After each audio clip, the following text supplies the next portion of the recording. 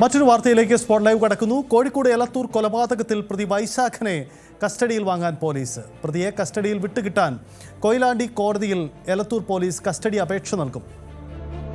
ഒന്നിച്ച് ജീവനെടുക്കാമെന്ന് പറഞ്ഞ് വിളിച്ചു വരുത്തിയാണ് ബന്ധുവായ യുവതിയെ ഇയാൾ കൊലപ്പെടുത്തിയത്. പ്രതിയുടെ വർക്ക്ഷോപ്പിലെത്തിയ ശേഷം മരിക്കാൻ വിസമ്മതിച്ച യുവതിയെ ജ്യൂസിൽ ലഹരി ഗുളിക നൽകി പാതി മയക്കിയ ശേഷം ജീവനൊടുക്കാൻ വീണ്ടും പ്രേരിപ്പിക്കുകയായിരുന്നു. യുവതിയുമായുള്ള ബന്ധം ഭാര്യ അറിയുമെന്ന ഭയത്താലാണ് കൊലപാതകം നടത്തിയതെന്നാണ് പ്രതി പോലീസിന് നൽകിയ മൊഴി. കൊല നടന്ന സ്ഥലത്ത് പോലീസും ഫോറൻസിക് സംഘവും പരിശോധന നടത്തി.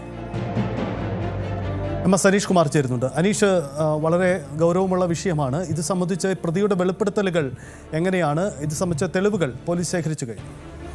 സജിത്ത്, അങ്ങേയറ്റം പൈശാചികമെന്നും അല്ലെങ്കിൽ ക്രൂരമെന്നും വിശേഷിപ്പിക്കാൻ കഴിയുന്ന ഒരു കൊലപാതകം തന്നെയാണ് എലത്തൂരിൽ നടന്നിരിക്കുന്നത്. ഈ വൈശാഖൻ്റെ ഒരു ബന്ധു കൂടിയാണ് ഈ യുവതി. 16 വയസ്സ് മുതൽ ഈ കുട്ടിയെ ലൈംഗികമായി ദുരുപയോഗം ചെയ്തിരിക്കുന്നു എന്നാണ് പോലീസ് കണ്ടെത്തിയിരിക്കുന്നത്. മരിക്കുന്ന സമയത്ത് 26 വയസ്സ് എത്തിയ ഒരു യുവതിയായി മാറിയിരുന്നു. ഈ യുവതിയുടെ ഡയറി കുറിപ്പുകളിൽ നിന്നാണ് ഈ സംബന്ധിച്ച വിവരങ്ങൾ പോലീസിന് ലഭിച്ചിരിക്കുന്നത്. 16 വയസ്സ് മുതൽ തന്നോട് വളരെ അടുപ്പത്തോടെ പെരുമാറുകയും ലൈംഗികമായി ദുരുപയോഗം ചെയ്തടക്കമുള്ള കാര്യങ്ങളിലേക്കും ഇയാൾ കടന്നിരുന്നുവെന്നാണ് ഡയറി കുറിപ്പുകളിൽ നിന്നും വ്യക്തമാവുന്നത്.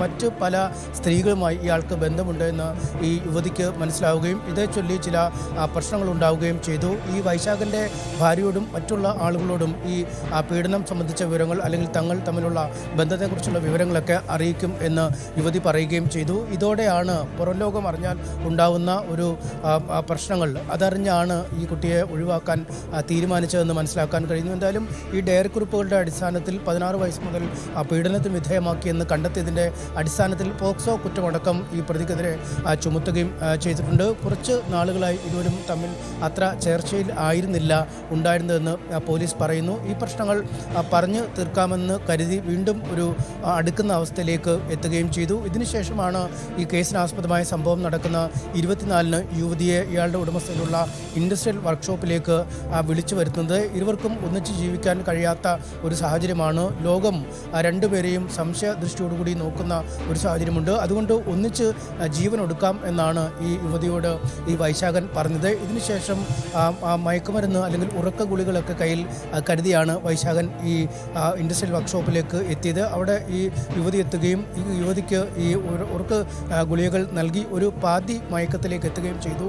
ഈ മയക്കുമരുന്ന് നൽകുന്നതിന് മുമ്പ് ആത്മഹത്യയെക്കുറിച്ചുള്ള കാര്യം പറഞ്ഞപ്പോൾ അത്ര അനുകൂലമായ ഒരു നിലപാടല്ല യുവതിയുടെ ഭാഗത്തുനിന്നും ഉണ്ടായത്. എന്നാൽ പിന്നീട് ഒരു അർദ്ധബോധാവസ്ഥയിലേക്ക് മാറിയപ്പോൾ ഇയാളുടെ പ്രേരണയ്ക്ക് ഇവർ വഴങ്ങുകയായിരുന്നു. രണ്ടുപേരും അടുത്തടുത്ത 2 സ്റ്റൂളുകൾ ഇടുകയും കയർ മുകളിൽ കുരുക്കി മരിക്കാനുള്ള ഒരു തയ്യാറെടുപ്പിലേക്ക് നീങ്ങുകയും ചെയ്തു. എന്നാൽ വളരെ പെട്ടെന്ന് രണ്ടുപേരുടെയും തലയിൽ കുരുക്കിട്ട് അല്ലെങ്കിൽ കഴുത്തിൽ കുരുക്കിട്ട് നിൽക്കുമ്പോൾ ഈ വൈശാഖൻ പെട്ടെന്ന് അടുത്തുള്ള സ്റ്റൂളിൽ നിന്നും താഴെ ഇറങ്ങുകയും യുവതി നിന്ന ആ സ്റ്റൂള് തട്ടി മാറ്റുകയുമാണ്. അങ്ങനെ യുവതി കഴുത്ത് കുരുങ്ങി ഒരു മരിക്കുന്ന അവസ്ഥയിലേക്ക് നീങ്ങി. പക്ഷേ ആ സമയത്തും അയാളുടെ ലൈംഗിക വൈകൃതം ഈ യുവതിക്ക് മേൽ തീർക്കാൻ ശ്രമിച്ചു. പിന്നീട് കെട്ടഴിച്ച് താഴേക്കിട്ട ശേഷവും ചില മോശമായ ഇടപെടലുകൾ ഇയാളുടെ ഭാഗത്തുനിന്നും ഉണ്ടായി എന്നാണ് പോലീസ് നൽകുന്ന വിശദീകരണം. ഇതിനുശേഷം ഈ വൈശാഖൻ്റെ ഭാര്യയെ വിവരം അറിയിക്കുന്നു.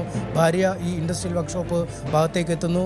ഒപ്പം ചില നാട്ടുകാരും ചേർന്നൊക്കെ ഈ യുവതിയെ ആശുപത്രിയിലേക്ക് കൊണ്ടുപോവുകയാണ്. ആശുപത്രിയിൽ എത്തിച്ച ശേഷം അല്ലെങ്കിൽ മരണം ഒക്കെ സ്ഥിരീകരിച്ച് അനന്തര നടപടിക്രമങ്ങളിലേക്ക് തീരുമ്പോൾ വീണ്ടും ഈ വർക്ക്ഷോപ്പിലെത്തി തെളിവുകൾ നശിപ്പിക്കാം എന്ന ഒരു ധാരണയായിരുന്നു ഇയാൾക്കുണ്ടായിരുന്നത്. അതായത് ഈ CCTV ദൃശ്യങ്ങൾ അടക്കം ഈ പല കാര്യങ്ങളും പതിഞ്ഞിരിക്കുന്ന ഒരു സാഹചര്യമുണ്ട്. അത്തരം തെളിവുകളൊക്കെ പിന്നീട് നശിപ്പിക്കാം എന്നാണ് വൈശാഖൻ വിചാരിച്ചത്. പക്ഷേ ഈ ആശുപത്രിയിലേക്ക് കൊണ്ടുപോയ ആ സമയം തന്നെ ചില സംശയങ്ങൾ നാട്ടുകാർക്ക് ഇതുമായി ബന്ധപ്പെട്ട് ഉണ്ടാവുകയും ഈ രണ്ടുപേരുടെയും, അതായത് ഈ മരിച്ച യുവതിയുടെയും വൈശാഖൻ്റെയും ഇടപെടലുകളിൽ ചില സംശയങ്ങൾ തോന്നിയിരുന്നു നേരത്തെ തന്നെ നാട്ടുകാർക്കും.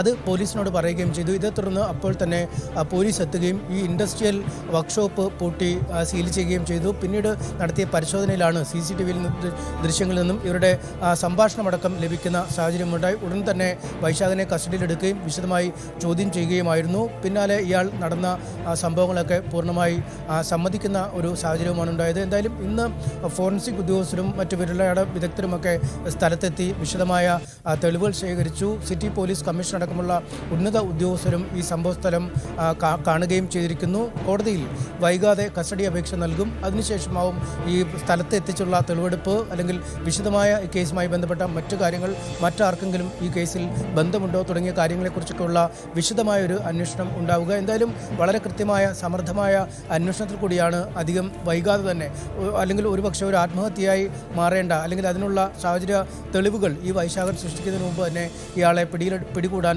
പോലീസിന് കഴിഞ്ഞിരിക്കുന്നത്. എലത്തൂർ SHO രഞ്ജിത്തിന്റെ ഒക്കെ നേതൃത്വത്തിലുള്ള അന്വേഷണ സംഘമാണ് വളരെ കാര്യക്ഷമമായി ഈ അന്വേഷണം പൂർത്തിയാക്കിയിരിക്കുന്നത്. സജിത്ത്, എന്തായാലും വൈശാഖനെ കസ്റ്റഡിയിൽ വാങ്ങാനുള്ള നീക്കത്തിലാണ്. എന്തായാലും ഗുരുതരമായ കണ്ടെത്തലുകളാണ് പോലീസ് ഇപ്പോൾ നടത്തിയിരിക്കുന്നത്. അത്ര ഗുരുതരമായ കുറ്റകൃത്യമാണ് പ്രതി വൈശാഖൻ ചെയ്തിരിക്കുന്നത്.